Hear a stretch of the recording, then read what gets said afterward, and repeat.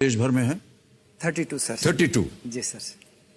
तो आज तो आपने यहाँ 3,20,000 रुपए जितने हम चाहते हैं कि और भी आप जीतें, लेकिन इतने से तो इतनी संस्थाएं नहीं चल पाती होंगी। कैसे ये आप चलाते हैं इसको? सर अपना घर की कुछ विशेषताएं हैं।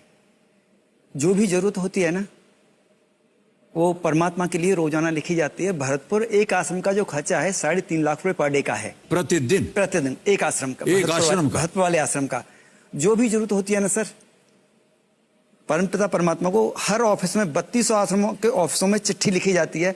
चावल की इतने की जरूरत है, दाल की, सुई की, एम्बुलेंस की, जमीन की, डॉक्टर की, इंजीनियर की, आर्किटेक्ट की, बिल्डिंग मटेरियल की, जो भी जरूरत होती है ठाकुर जी को रोजाना लिखते हैं। और ठाकुर जी विभिन्न माध्यमों से रोजाना जितनी जरूरत है उतना पूरा करने के लिए आते ही आते हैं।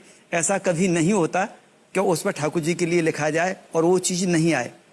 और 1% अगर नहीं आती है ना, तो हम ये नहीं सोचते कि संसार में अभाव है या ठाकुर जी नहीं भेज रहे। हम सोचते हैं हमारी पात्रता में कमी है। ठाकुर जी का ये संदेश है, सुधर जाओ, अपना काम ईमानदारी से करो और पूरी व्यवस्थाएं हो जाएंगी। और इतना विश्वास ईश्वर में आपको, धन्य है आप कि ईश्वर आपकी बातें जो है वो सुन लेते हैं।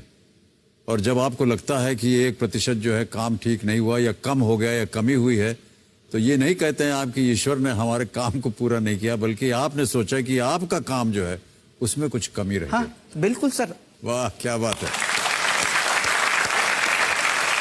तो ये जो फंडिंग होती है ये सरकार की तरफ से होती है या व्यक्तिगत रूप से आती है, किसी पर्सनल फाउंडेशन से, इंडिपेंडेंट फाउंडेशन? सर सरकार से कोई पैसा मिलता नहीं। कोई नहीं पैसा मिलता? कोई नहीं मिलता।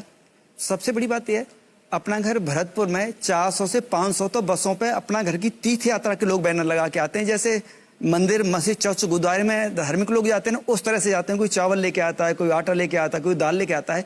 इतनी ज्यादा मान्यता है सेवा को। और वहां पे लोग आते हैं, पूजा करते हैं, सेवा करते हैं। उसके बाद किसी को 100 रुपए देना है, 500 देने हैं, 5,000 देने हैं, दाल, आटा, चावल, वस्त्र लाते हैं, वो दे के चले जाते हैं।